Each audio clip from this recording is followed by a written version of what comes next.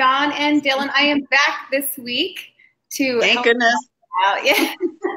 But thank you, Catherine, for stepping in for me. That was so awesome of her. She did a great job. Yeah.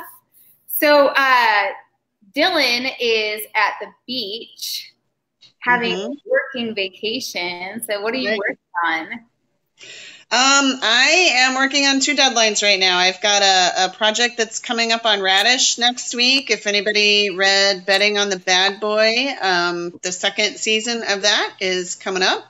So I'm wrapping up that, and then also I'm working on we haven't shared the title yet, but my book that's due that'll come out next fall or the end of next summer. So I've been working on that too. So deadlines. And then I've also been working on promoting Cowboy Charming because that comes out 3 weeks from Tuesday. So the world is about to meet Presley Walker. It will never be the same. I love your cowboy. What is his name? I know I'm awful. What's that? The series name? Oh, Holiday Texas. Holiday Texas, yeah. Yep. I love that one. Yep. So that's what I'm working on. Yeah. I've just been trying to write book 3 in the hardcore romance series. And I'll read part of book 2 to you today.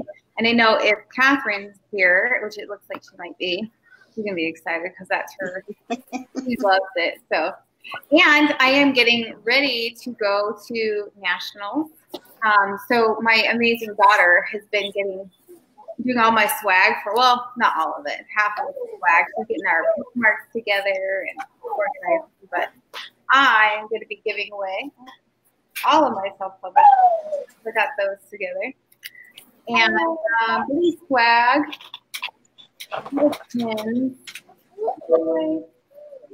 Those are super cute. I got to see those in person. I don't know if anybody was paying attention, but Dawn and I actually were in the same town for about an hour last weekend. And okay, very briefly.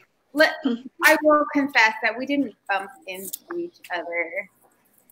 Oh, did you say we bumped into each other? Oh no, but at the in the office file, just it wasn't very random. We went there intentionally. But all right, so tonight we have Brittany Armitage, right? Armitage. Okay, sorry. You're right. Way to go, Dawn. I'm glad I didn't botch that. Way to go. I don't know why I said it wrong. Probably because so have you Richard Armitage? He is an English actor, British actor who I am in love with. So it's probably why I kept saying that in my brain. But I was going to be like, are you related? Could be. Brittany, what are you working on? I am working on, it's the 4th book in my You and Me series. It's actually kind of a spinoff. We're seeing some different characters from the first 3 books. We're seeing their point of view from now on. We started with Alec Parker and Elliot Quinn and had their story through 3 books, and now the next one you're going to hear from Ryan, one of the other guys on Elliot's security team, and then from now on it'll be different characters from the series. You get to see them and their love stories and their ups and downs. Yeah, I love that. I can't wait. I'm excited when I get time. Busy mom over there. Yes, busy. They keep me on my toes.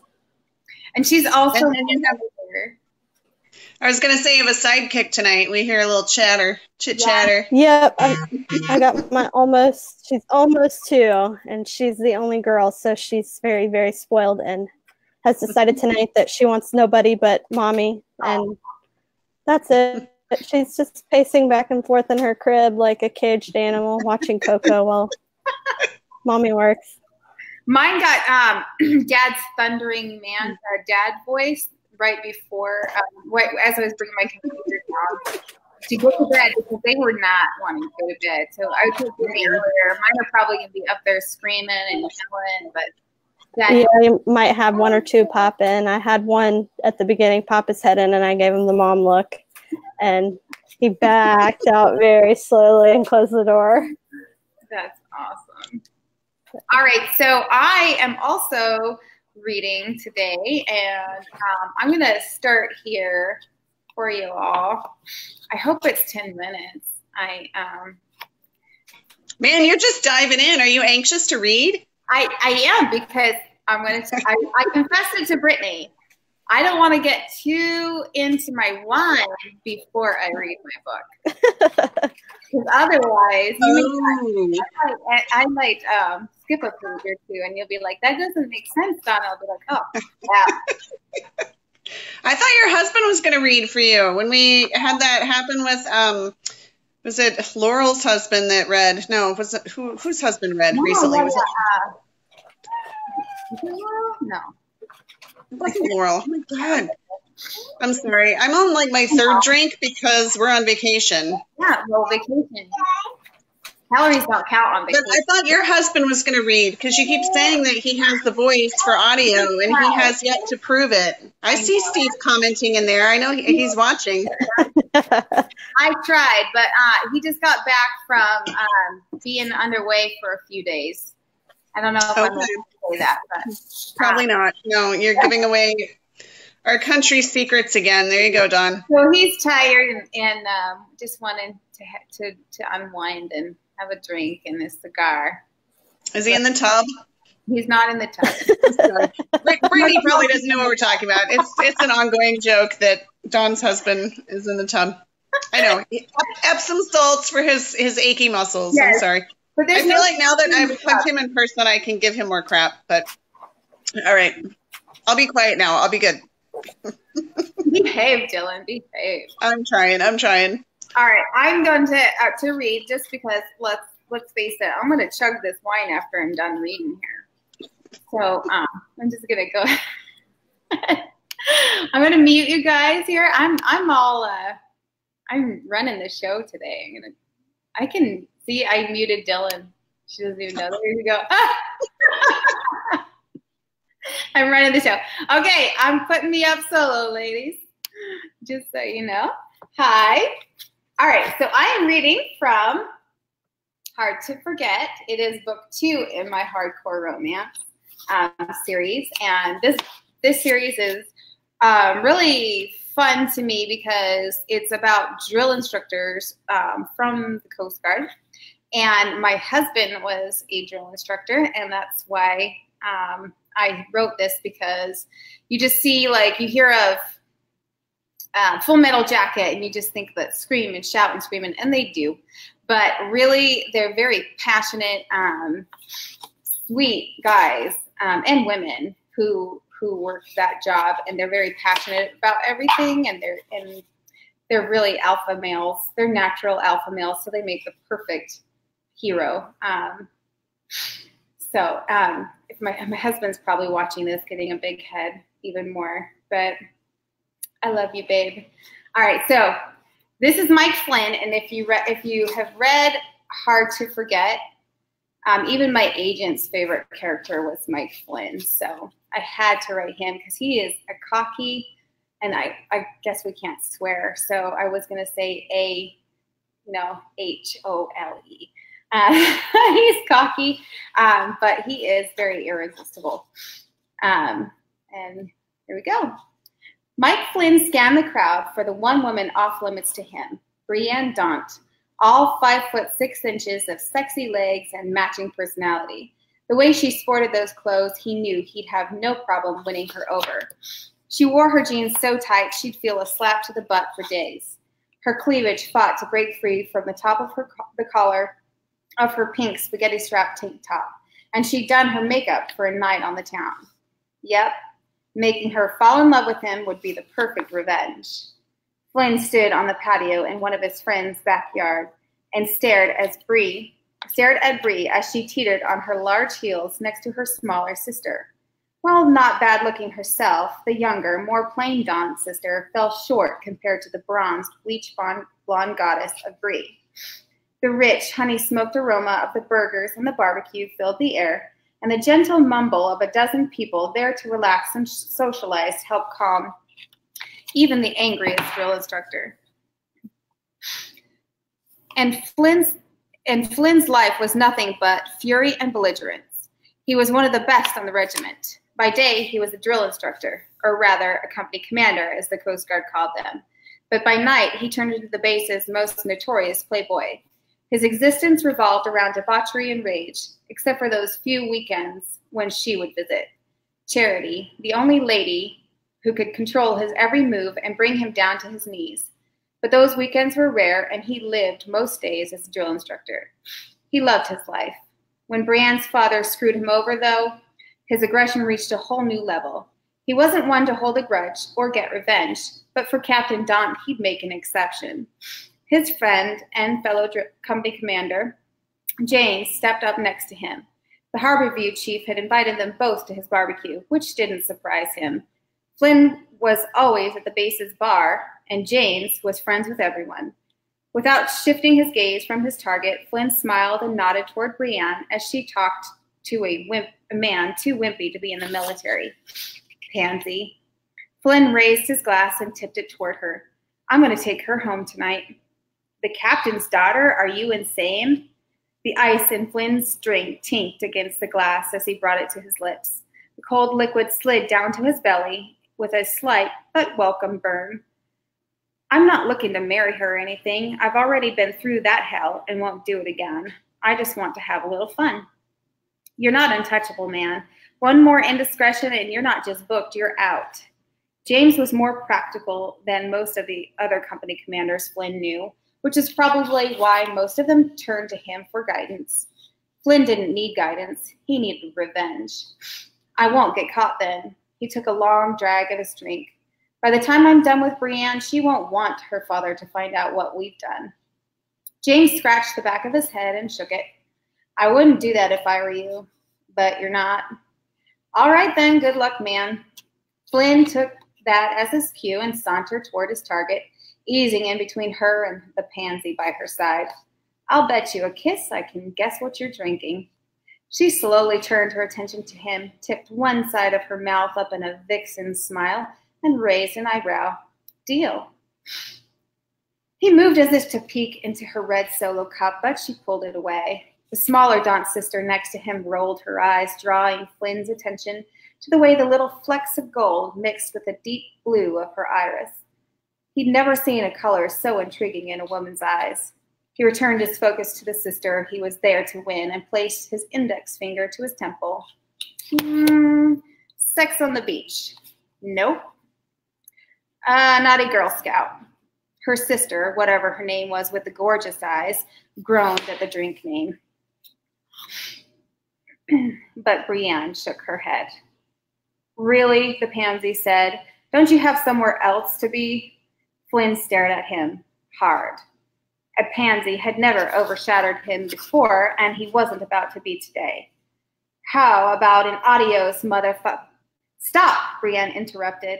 It's none of those, plus my sister doesn't like cussing. Flynn flashed Brienne with one of his most effective smiles. Something a little classier then. A dirty martini?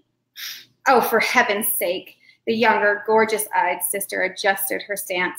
It's a red-headed slut, and it's her third one. Gorgeous eyes glared at her sister's hair, although she's blonde, so she should probably rethink her drink choice. Maybe a dirty hooker, or better yet, an Alaskan duck fart. Brienne's mouth dropped open, and she stared at her sister. Hope? Flynn chuckled and turned his body to face the sister. Ah, so your name is Hope. It is. She raised her drink to her mouth, but lowered her lashes so they laid against her pale cheeks. Was she nervous? She couldn't be, not with a spunk like that. She was a tiny woman, maybe 100 pounds soaking wet, and with more natural blonde in her hair than Brienne, and a lot less sex appeal. A woman like her you had to be fragile with, both mentally and physically. Flynn wasn't in the mood to be fragile with anyone, especially not the captain's daughter, no matter how much she drew him in with those little golden flecks. But the way she sassed her sister proved Hope had a spirit to make up for what she lacked in stature. He liked a woman with spunk. So how do you know about mixed drink, Miss Hope? Mixed drinks, Miss Hope? She wants to be a bartender someday. Brienne widened her eyes at her sister as she took a drink of her dirty name drink. No, I don't want to be a bartender, Hope said, but I work at the Harborview.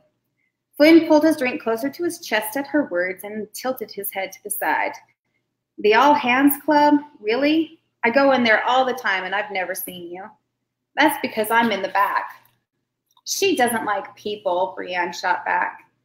Being an introvert is nothing to be ashamed of, the pansy declared in a pitiable tone. Hope's face dusted with a deep shade of pink. I'm not an introvert. So, Miss Non-Introvert, back to my question. How come I've never seen you? You have. Her voice was smaller, almost weak, belying the way she'd flayed into her sister mere seconds ago. But why? I make the pizza for your companies when they have their end-of-boot camp pizza parties. Flynn squinted, struggling to place a moment in his past with the face before him now. Her small frame and pale hair would have been hidden behind an apron and hairnet. Still, he couldn't place her. He shook his head. She shuffled her feet. You order a burger and fries almost every time you come in. Still, he had no recollection of ever seeing her before. What was wrong with him? Why had he never noticed a woman like Hope Daunt? Is this why she suddenly grew nervous, because she knew he wouldn't recognize her? Why had that mattered to her? Know what? She waved her hand in front of her face as if to shoo away a fly, and she threw back her shoulders. Never mind. I'm not surprised. What does that mean? He noted her change in tone from nervous to indifferent, and it niggled at his pride. Women never talked to him in such a way. You're this big shot company commander who comes to the bar almost every night, and you leave with a new chick just as often. You're not exactly the sort of man I want to know. Her words stuck in his heart like a knife. That's when he realized he wanted her to care if he'd noticed her. Not that he had a right. How many women in his past had he blown off for another, more willing date? Too many to count. You wound me, dear lady. Flynn grabbed his heart dramatically and plastered on his best, charming smile.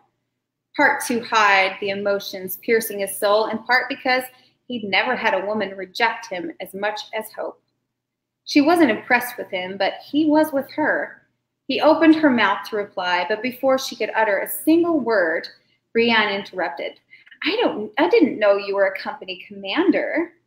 Her lashes fluttered and she turned to the pansy. Oh, a company commander is a drill instructor in the Coast Guard. She turned her smile to Flynn and took a step closer to him. So you're like intense.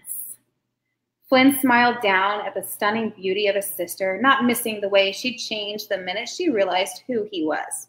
Not surprising. Most of the time he could get whatever bar beauty he wanted by telling her he was a CC. Everyone in town knew what the title meant, and if they didn't, then they soon found out. Cape May was a Coast Guard town, and the company commanders ran the Coast Guard here, regardless of what the captain thought. But apparently, Hope was the only woman he couldn't woo with his job title. It didn't matter. He didn't want to hurt a woman like her anyways. She was more the mother type, and his daughter already had a mom. This was why he wasn't looking for a commitment. He'd already been down that path, and it only led to heartbreak. He was here to have fun, to have a fun time with the captain's daughter and move on, nothing else. No falling in love, no letting it go any further than a fling, and most important of all, no letting the captain know until it was too late. Brienne knew he would play along with his game willingly. Hope would end up falling for him, and then even Flynn would hate himself. No, Hope would never do. As appealing as the thought was to show the frail woman a passion she'd obviously never experienced before, he couldn't give in to the temptation. So if I were to come onto the training center part of base and you caught me, how would you punish me? Brienne fluttered her lashes again, and she all but inhaled her boozy drink, swaying a little on her heels. Flynn pretended to mull through the possibilities, giving a quick glance to the pansy, who wiggled in his shoes and glared. Flynn smiled triumphantly and then returned his attention to Brienne. Well, first I'd have to bring you to my office. She let one pampered eyebrow shoot up. Oh, really? And the rest of your punishment is best discussed between the two of us at breakfast tomorrow. Breakfast? Brienne touched the base of her neck, drawing attention to the way her shirt dipped low to reveal a tempting display of cleavage. He watched her run a finger down her necklace, but then glanced away as Hope shifted next to him. The heat from her body mixed with his and caused something akin to regret to tighten his chest. He tamped down the irritating feeling. It wasn't as if Hope wanted to get hurt by a man like him. She was too good for him anyways. Best leave her to the pansies of the world. He fixed on Brienne once more. Yes, ma'am, I always buy my dates breakfast the next morning. Brienne let out a hungry moan, not the least bit worried about the way the group nearby turned their attention to her. Yes, please. I love breakfast. She motioned toward her sister, completely ignoring the man she was with. Tell Dad I stayed at a friend's house. Again? Flynn smiled down at Hope and ran his palm down her shoulder. He wasn't sure why, but the urge to touch her, to see if she was as fragile as she seemed, was too much. That's when it happened. Like she'd electrified his hands where he touched her bare skin. The feeling ran up his arm and straight to his heart. Her chest stopped moving. Had she stopped breathing the same moment he did? His feet welded to the ground until Brienne tugged him toward the gate leading to the cars. Man, he needed to focus. He took a deep breath and concentrated on the beauty on his arms. That was too easy. She was too easy. Somehow, the thrill of his conquest didn't give him the pleasure he thought it would. Behind him, Hope spoke. He assumed to the pansy. Come on, Todd, let me take you home. Was that disappointment thickening her voice? What did she have to be upset about? Her sister? Him? Flynn grit his teeth and placed his fingers over Brienne's hand tucked beneath his arm. Why did the sound of Hope's voice make him feel like a complete jerk? Okay. All right, and they are back. Let me see if they're back. Wait, are you back? There we go. Feel back. Am I still muted? You're back. Nicely done, Dawn. Yes. You had some little wowzer faces going on there in the reactions. So, yay! Yep. Did you like my acting? I mean, I'm not a good actress, but I tried. No, that was good. That was good. I liked it. I know we must so much more prefer to watch other people read instead of us.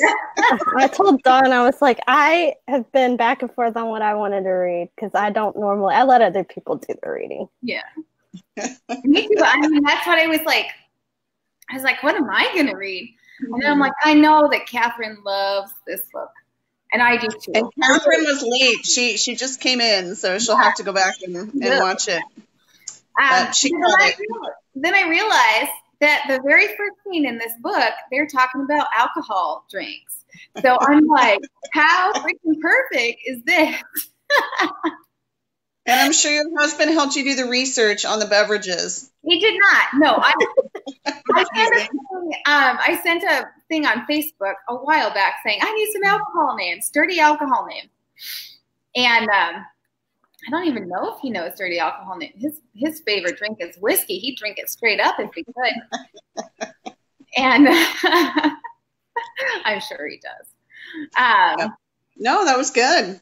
Yeah. So I want to hear you readers or watchers readers, give me some alcohol names, like weird alcohol drinks in the comments. Like that's what I want to see. What did I miss out on? My favorite was the adios motherfucker. I didn't finish that one. And the Alaskan duck part. Like I found those online and I'm like, those are hilarious. But I think I have a slow, comfortable screw in betting on the bad boy. Betting on the bad boy. So yeah, there's some good ones out there. Yeah. And you didn't have any questions?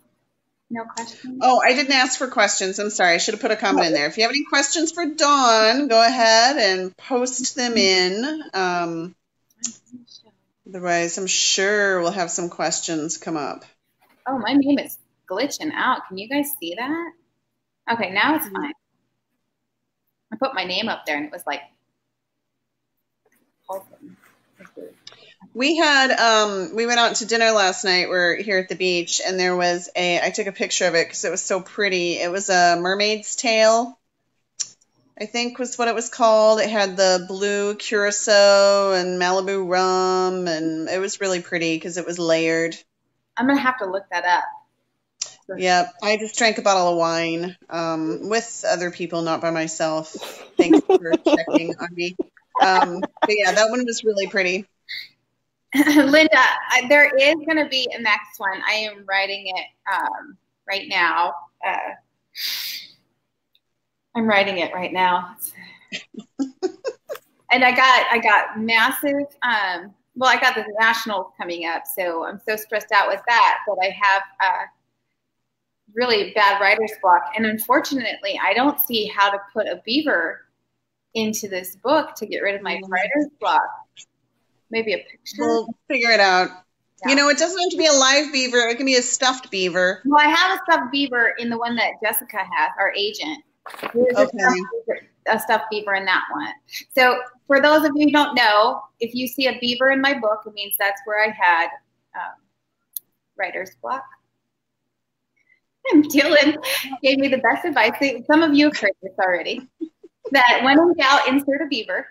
And so I do, and it always works for some reason. How about a beaver pelt? A beaver pelt. Ooh, yeah. You could do a beaver pelt. I'm sure if you look hard enough, you can find a beaver alcoholic drink name. Ooh, yeah. That's right. Mm-hmm. Do you know what we have on our lake? Because there's we have a cabin up in northern Minnesota, and we have nuisance beavers on our lake, and they build dams. So we ought to come up with a drink. Dylan?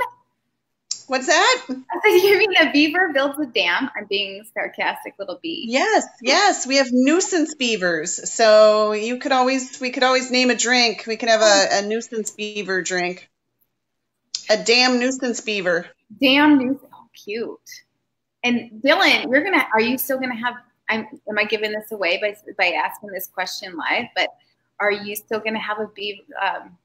Beaver. A beaver? Beaver what? figurines. Am I what? Beaver figurines in your book. In my book? Yeah. Oh, that's you are giving that away. That's that's okay. We'll see. That's next year's book. Yeah. So now Dawn and it's going to be like an Easter egg. We're going to try to beaver up each other, one-up each other with the beavers. We'll see how that goes. Oh, yeah. You'll have to find the beavers in all of our books because now we're going to try to outdo each other. How can you work in a beaver? Well, in a romance, you can work it so many ways. That is so true. You're my husband. I'm sure there's lots of ideas. I'm not even doing anything here tonight. I feel like I'm just like dead weight.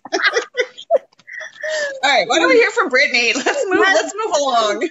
Save us from ourselves, please. Okay, I'm gonna read from the first book in my You and Me series. Hold Me Still. I started out writing fantasy books, and I have 2 out right now. And writer's block hit for the 3rd book. And I had this idea while actually driving to pick my husband up. He had been on a Coast Guard trip somewhere. I can't remember where. And it was when 50 Shades was kind of popular. I was like, I wonder what would happen if the female was the billionaire. So that's kind of where Ella Parker was born. As she's the billionaire in this story.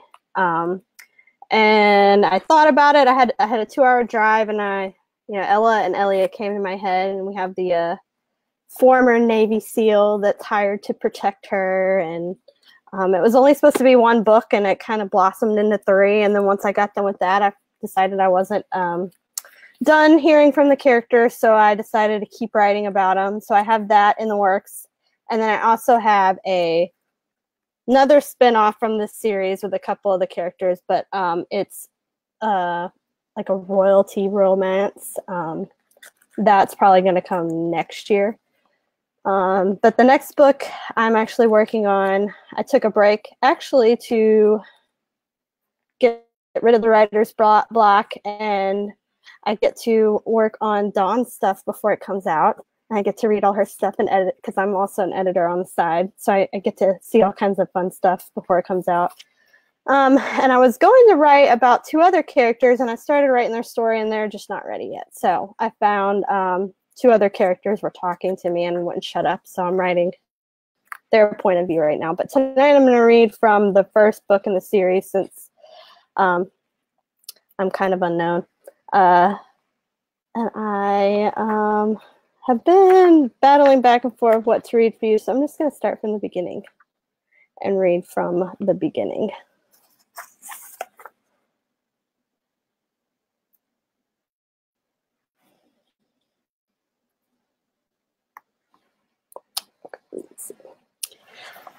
Prologue. Blood. So much blood. Her blood. Their blood.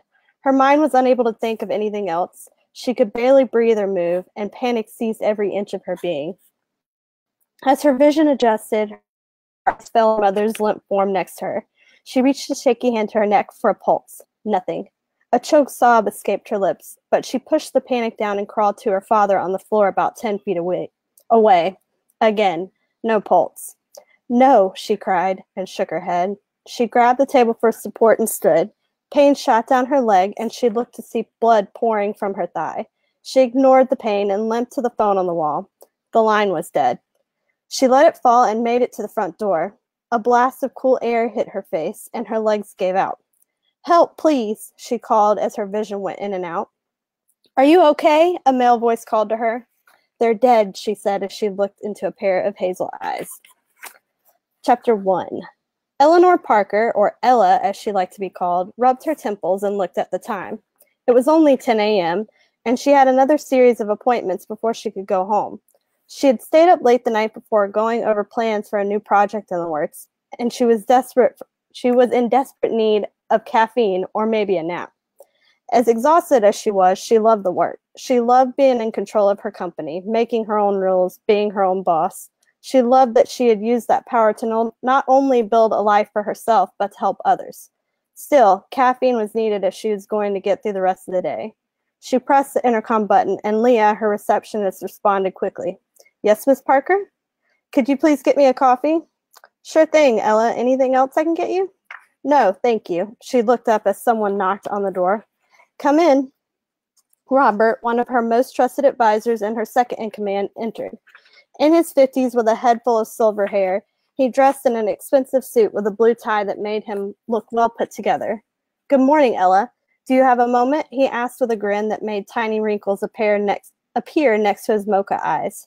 "For you, I do," Ella smiled kindly and gestured to the seat in front of her. "What do you have for me?"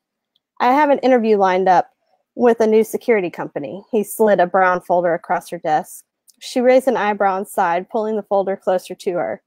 "I trust your judgment, Robert. You don't need my approval. You haven't let me down before. Honestly, I don't think I need a full-time bodyguard. We have security at the office, and I have security at all my homes. I haven't had anyone following me around in months. Let's not rehash this. You need better protection. Someone broke into your house, for crying out loud. And as it is, more and more people are recognizing you when you're out." Robert rubbed his head, not wanting to argue about Ella with the topic anymore. He just wanted her to be safe. He and his wife never had children, and he had always adored Ella as his own family. "It was probably just some crazy stalker. They didn't take anything or hurt anyone," she argued. "Nope. Sorry. I know you're technically my boss, but I must insist on this." He sat back and folded his arms, staring her down. It was rare that Robert put his foot down. "You're extremely wealthy. You've had threatening letters, this break-in, and with your past—" "Fine," she interrupted and threw her hands up. "You pick. I trust you." "Ella, the security detail will be with you 24/7. It's important that you're completely comfortable." "What time?" She was aware that it was pointless to argue with him. He was the closest thing she had to a father, and she knew he was just looking out for her well-being. "I checked her schedule with Leah and penciled this appointment in at 2. It shouldn't take long." Fine, she replied a bit petulantly. Ella, I know you're wildly independent. You're a wildly independent young woman, but I couldn't live with myself if something happened to you. You're the closest thing I have known you since you were born. I know, she felt her annoyance fade with his gentle endearment. I'll meet you in the conference room at 2. Good girl, he grinned back at her and stood as another knock sounded on the door. He slipped out as Leah entered with a hot cup of coffee.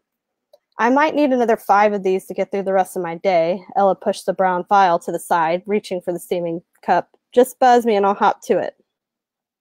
You're a dream, Ella grinned appreciatively at Leah, who flashed a smile and glided out of the room like a supermodel, her bleach blonde hair tied back in a neat bun and her clothes hugging her thin body. Ella couldn't understand why she wore those impossible heels. She was already tall, didn't need the added height. Ella despised heels, thought them wildly uncomfortable and impractical, but she did look great in them, even though it was a rare occasion that she wore them. She shook her head as the door closed, attempting to focus on work. Elliot Quinn smoothed his suit jacket for the second time since he had entered the building of Parker Enterprises. He had arrived early, but had only waited for about 5 minutes before an older man introduced himself as Robert Warner, the VP of Miss Parker's company. Robert was shorter than Elliot, but most people were. At 6'4", it was difficult to find someone who was taller than Elliot. He was ushered into what appeared to be a conference room with a large table surrounded by 10 chairs. One of the walls was made of glass, giving the occupants of the room a clear view into the hall and reception. We're a bit early, and Miss Parker is extremely busy, but I thought we could go over some basics while we wait, Robert explained. Sounds great. Miss Parker has received a few threats recently that has made security much more of a priority. We have passed along the information to police, but nothing has come of it. I'm not sure if you know, but Miss Parker's parents were murdered when she was 16, and seeing how she is extremely wealthy, we take her safety very seriously. I read all about that in the brief you sent, as well as I did my own research, Elliot nodded. Ella's a very private person. She had security before, but she felt it was more trouble than it was worth, and the threats died down for a while. Her situation is unique. She is somewhat of a celebrity here in New Orleans, despite trying to keep a low profile. Let me assure you, Mr. Warner, I am excellent at my job. I employ the best, all with prior experience in law enforcement, military, or other security. My people are highly trained and discreet. We specialize in security as well as other areas in the field. We are extremely qualified. Yes, I did a bit of research on my own, and you come highly recommended. If you'd like any further references, I'd be more than happy to supply them for you, Elliot offered. This was one job that he really wanted, and he was confident that he would get his way. Robert shook his head. I don't think that'll be necessary. Your past work and your credentials are phenomenal. I just want to make sure that you're the right fit for Ella.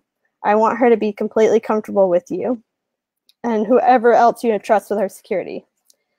But I also want the best of the best. Being comfortable is important, but I agree, Miss Parker needs the best, and I assure you, we are the best. Robert looked down at his watch. It was now past 2 p.m., and Ella was usually punctual. I'm sorry, let's see how much longer she'll be. He leaned down and pressed the intercom for Leah. Robert's waiting for you in the conference room, Leah interrupted. Ella looked at the time. 2:10. Crap. Tell him I'm on my way. She shot a frantic look. I lost track of the time. Let's wrap this up and I'll be right there. Leah nodded and disappeared. Ella jotted down a few notes and saved all of her documents she was working on. She hated being late, but her last phone call had run long. She had spent the last hour going over notes and emailing people to line everything up for an upcoming project to buy out yet another company. Finally, Ella stood, straightened her gray skirt, and rushed from her office while thinking she should have just insisted that Robert handled the meeting. She trusted him with everything else and didn't understand why he felt the need for her to be there. It wasn't like he hadn't picked her security before. Still, she took a deep breath and pushed the door open into the conference room. I'm sorry I'm late, she said breathlessly. Ella's eyes immediately fell on the man who stood from his chair to her right. He was tall, really tall. Even under the expensive suit, she could tell that he was muscular. He was clean-shaven with a chiseled jaw, dark hair that was brushed to the side, and hazel eyes. There was something about them that brought on an odd sense of deja vu she couldn't figure out. Hello, this is Elliot Quinn, the owner of Dark Wolf Security. Robert placed a hand on her back and pushed her into the room, shutting the door behind him. Mr. Quinn, this is Eleanor Parker, founder and CEO of Parker Enterprises. Miss Parker, Elliot held out his hand and looked down. Mr. Quinn. Ella shook his hand firmly but politely and sat down. Please call me Elliot, he smiled warmly. He liked a girl that could give him a good, firm handshake. Are you done? Yeah. Okay. Here. Hang on. Okay. I almost ended the broadcast early. I was on the wrong button.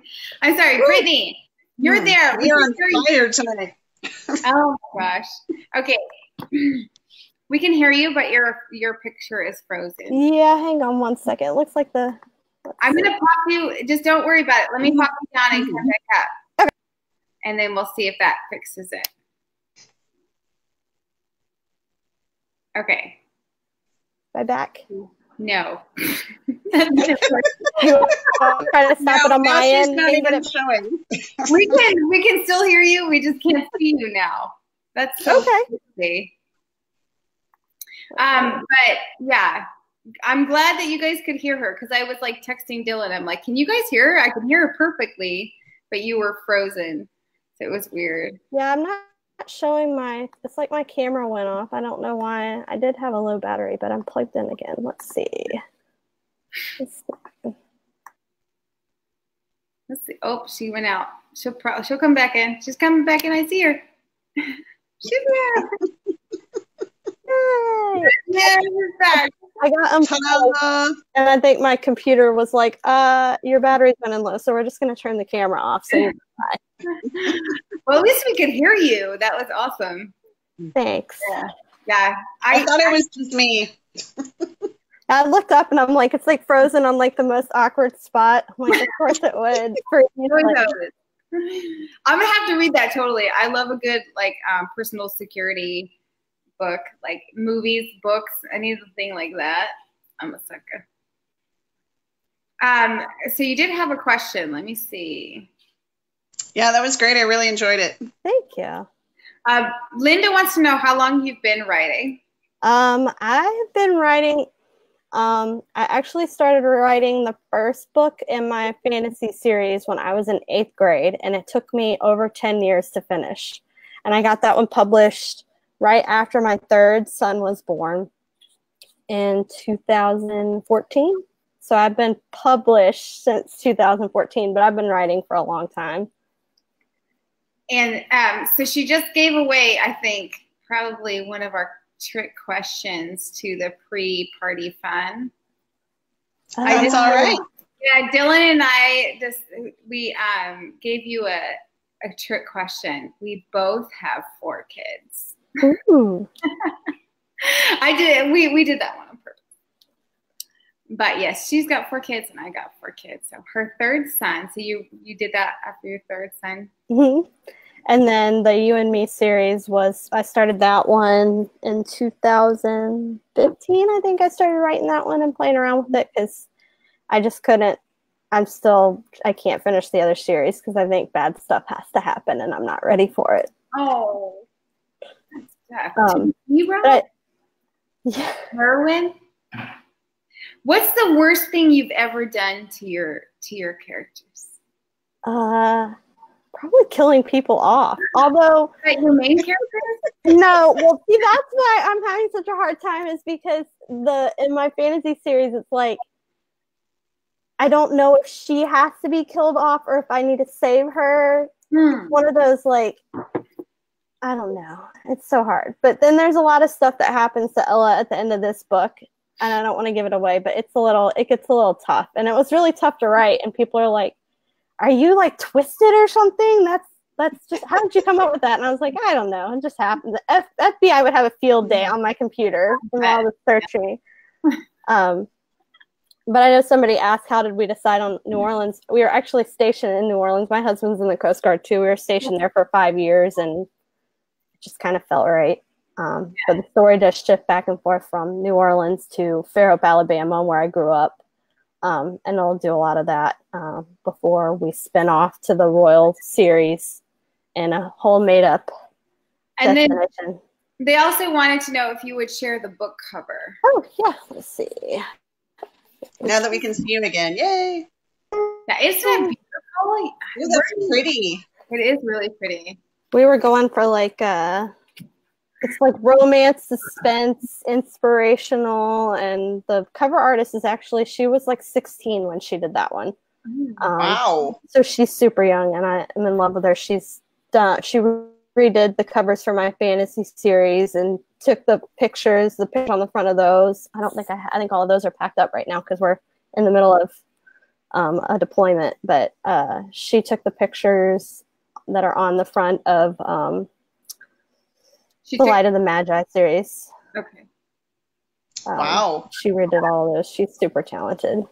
And don't forget, you can win some of Brittany's giveaways books. Yep, actually, this book right here, and then I think I'm going to do another one of the book 3 in the series. And that's the one you read tonight, right? Hold Me Still? Hold Me Still is book 1 in the series, and I just released book 3, Give Me Hope, last month before last.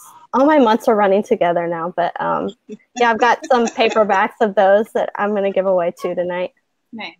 Catherine wants to know where in Alabama. She used to live in Auburn, and she has a few friends in Daphne. Oh, I'm right by Daphne. I'm in Fairhope, Alabama. So super close. Linda, I'm just going to tell you this here. Okay, so you're so sweet to say that. But my mom's going to kill me if she's still watching for telling it. Oh, she's there. So my dog woke me up at midnight, right, to take her potty, and I could not get back to sleep. So at 3:30, I finally decided to get up and have coffee and start writing, because I always have to get up early to write. And since I wasn't sleeping, I was writing anyways. And so my mom this afternoon, I FaceTimed her, and she says, "Oh, you need to put on makeup before your show." And that's pretty much how my day went. So that's how we do it. I was scared I was going to get stuck in traffic. I had to go all the way across Mobile. And I forgot to ask Dawn, like, what she said, it's 7 o'clock or 8 o'clock. And I thought it was Central Time for some reason. And we've discussed where Dawn is. And I'm like, I don't know that I'm going to be back in time because Mobile traffic is horrible. And there's all this evacuation traffic coming from New Orleans. They were super fast when my son got in and out. And we were back in like an hour and a half. It was like record time. Yeah, I was like, don't worry, we got you. I was like, I'll pull over and I'll do it from my car. I'll do it with a 4-year-old in the back seat. That would be a first in our show, and it would be hilarious. But it may be the 1.5 lessons of one that I just did after my reading. I tried to get up and see the sunrise this morning because I swore every time we come to the beach, and like that's my one thing. I want to get up and see the sunrise, and I've been rained out now. I mean, It's fun during the day, but I set the alarm the first day. It was beautiful, and I turned the alarm off. And now the last 2 days I've been trying to do it, and it's been raining at like 3:30 in the morning. It's been pouring down rain. Well, if you can't make it, I will go and take a picture sometime this year of the beach in the morning for you. Well, it's not the picture, Dawn. It's the experience of actually sitting on the beach for the sunrise. Well, so in the middle of the country in Minnesota, you don't get to see the sunrise or set over the water very often unless it's a lake. So in Hard to Love, book 1, right, of this series, they're on a kind of not date on the lighthouse, and he's trying to be romantic, and he says, and it's night, it's getting to be nighttime, and he says, why don't we go watch the sunset over the ocean? And she's like, because we would have to turn around because the sun sets in the west and it rises in the east. Anyways, that was like a little book 1 of the series. That's like just a little joke in there.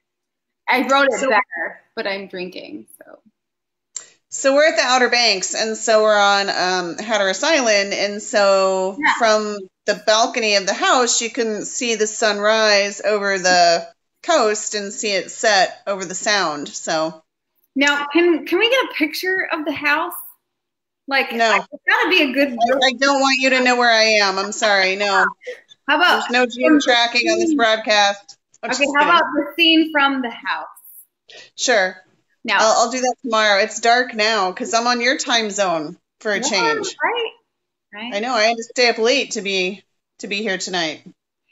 Well, we're hoping I'll be well, not me. My husband will be stationed up by dawn. I told my husband that like 10 minutes before you popped up here on the thing. I'm like, she might be coming living here. I'm so excited. I was nervous because this will be our first really big move. Like my husband was stationed in Mobile for like 8 years.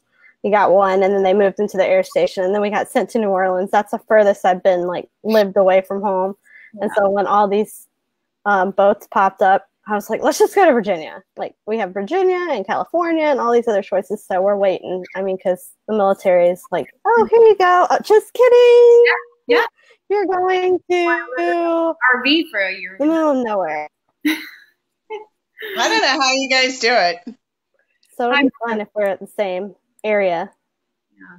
I know, but then as soon as you get there, Dawn will probably leave. I know, right? He was trying for company commander again. I might be married to a drill instructor again here in a little while. We'll see. Tell him to wait. Give me like a year or two. In a year or two, we'll be retired. Well, so if he doesn't get CC, then we're just gonna retire from here. I know. I'm so old. Look at my bags. Oh, stop it. Your mom said that you pulled it off and you look great. So, Brittany, let's talk about writing. Yes. Are you a plotter or a pantser? A pantser, definitely. I have had to start plotting, though, because I have this little timeline software because I was getting all my timelines mashed up. But, yeah, I can't. I tried plotting. It doesn't work for me. No.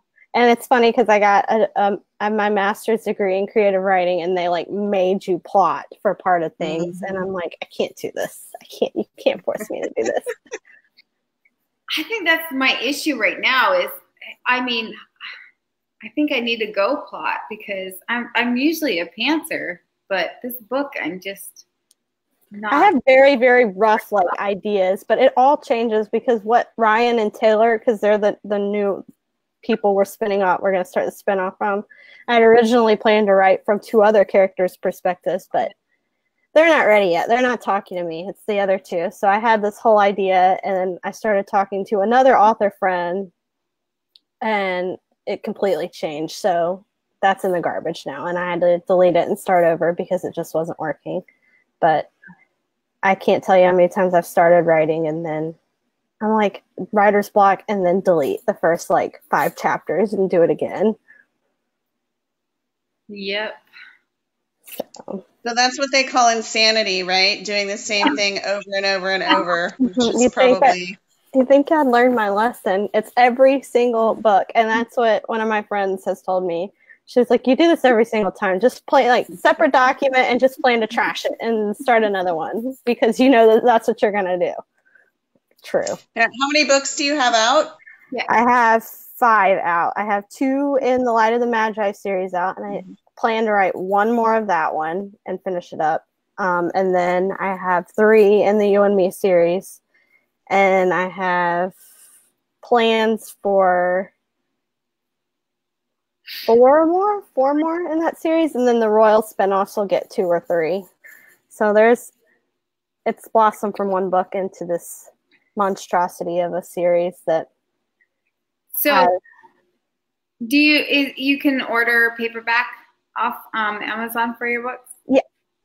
Yep. The paperbacks are all on Amazon, and then I just moved Hold Me Still and See Me Through over. They're wide now, so you can get them on. You can get the ebook versions of those. And then Give Me Hope will be off Amazon because it's in its Kindle Unlimited 3-month timeout. And then I'll move those wide, but all the paperbacks are on Amazon right now. You can get them there. I'm gonna have to go get one. I just love paperback. Like I do. Like I can't, if I read on screen, I just think, I should be writing instead. And but when I read books, I can get lost in them, in the pages. Yeah, my husband, when we moved, he told me we had a whole room in New Orleans, and there was a whole wall that was bookshelves. And I fell in love with that house because of that room. And we're packing all these books up. And I remember when we got down here, he was like, if I have another wife, I'm marrying somebody that's like a florist or something, because you have all these books. And he was like, let's just get rid of some. You have them all on your Kindle. And I was like, are you insane? You cannot get rid of those. I downsized, okay? And he was like, it doesn't count if you give away 2 books. That's not downsizing. I'm like, I can't do it. I can't do it. You're Baby steps. Yeah, he was like, you're going to be the reason we don't make weight for a move. And I'm like, I'll get rid of other stuff, okay? I'm not getting rid of my books. Like, I'll put it in a carry-on and I'll pull it with me. I know, it already is weird because my daughter and I are sharing a room right now. So I have one little itty-bitty bookshelf. And it feels weird not having, like, I like to get signed paperback copies from, like, the authors that I edit for. And, like, friend authors will swap paperbacks. And I can't find them. And I know they have to be in the storage unit, but it's like panic mode, not like having them with me. I need them. So, which reminds me, this is actually your copy. Woohoo! I'm excited. This one here is your copy. Yeah, so, I love the Coast Guard series. I was telling my husband, and he was like, that's actually a thing. And I'm like, yeah, and they're really good. And he's like thinking like cheesy, like, well, of course. I'm like, it's good, okay? Just, he doesn't like to read. He does Audible, and I'm like, just get. Oh, see. Oh, see, your husband says, tell him it's Pro Gear. I like that. Yeah, there you go. Tricky. But you know what? I'm gonna have to say, like, even hurricanes know not to touch the books. I mean, when our house flooded, everything, like most of our stuff got destroyed. But the floodwaters literally came to the bottom shelf of my bookshelf and no further. Like all my research books were on the bottom. And so they're like, okay, we can get rid of research books. Screw research books. But all my fiction books, all my author books, they were all saved. So I'm like, even Mother Nature knows not to fuck with an authors. I have 2 or 3 books because in Fairhope is like, nobody really knows. It's like a utopia for like writers and all. And Nicholas Sparks was here. It was before I met my husband, so it's got to be more than 10 years ago. And he signed some books and slid them into spots at the bookstore. And so I bought some of his books because they were having like a 30% off sale. And I get home and they're like, I picked up 3 signed copies from Nicholas Sparks. And I was so excited. I'm like feeling the pages. I'm like, my mom was like, it's probably just stamped. I'm like, no, you can feel it. That's a pen. That's not a stamp. So that's freaking awesome. They have to be, and I'm like going to tear apart the storage room soon. I've been going a little bit later. Like my husband's like, oh, they're way in the back. You'll have to climb in the back to get them. I'm like, you'll find my body in the storage room because I'm like climbing over like dressers and all kinds of stuff to get to my books. That's awesome. Like that's like, you got to frame those awesome and put them on. I know. He was like, get rid of these. You don't read these. And I'm like, you don't touch those books. Those are like, that's Nicholas Sparks. For real. Okay. All right. Do we have any more questions? We've only got a few minutes left. And I know Brittany, let me see. Come here. Are we going to see your baby? Can you say hi? Hi, sweet girl. Can you say hi? Hi. Hi. She likes seeing herself. So I'm the only girl. I've got 3 older brothers, and I'm spoiled. Gosh, Dawn, leave it to you to curse and drop the F-bomb when we actually have a baby on the show. She's a way to go. She hears worse. Huh. I think my husband's sighing at me. He's not happy with me either. Sorry. Oh, she's a cutie. Yeah, she is. She's a mess. And so when do you find time to write, Brittany? Yeah. When they sleep. In the morning or at night? At Or night. I'm not a morning person, so I have to do everything at night when they go to bed, or we have rest time because we're homeschooling right now. So I have like 2 hours. Like when the baby sleeps, I don't care what the older boys do. You got to be quiet. Can you say hi? Are you looking at her? Or are you looking at yourself? Probably the pretty baby. Oh, I'm so glad to see her. I want to hug her. So if you get stationed here, babysit, right? Oh yeah, you can have them. Say, well, knock on the door and say, "Here you go, Dawn. You said you wanted them." Can you give me a hug? Can you give me a virtual hug? Can you say hi? Can you blow her a kiss? Mwah. Like, Look, I don't know who these strange people are. you know it's bedtime, right? She is tired. She was up until 3 a.m. this morning. So You and me both, babe. so You should have put her on FaceTime with Dawn. Dawn could have read books to her. Yeah, she would have liked that. She's into books lately, which tickles me. She's been sitting down with her little board books. Oh, Like, she'll get quiet, and I'll go looking for her. And she's in the hall, like, looking at her little board books, huh? a girl from my own heart. Uh-huh. Spoiled, rotten, huh? Even the boys spoil her. They come in the morning, and they're like, "Where's the baby?" I'm like, "No, hello, Mommy. No, where's the baby?" Yeah, you come over to my house and we'll read books. I got lots of good books. Oh, she's doing her Baby Shark. She likes the Baby Shark song. That's what she's waiting on. She wants me to turn Baby Shark on.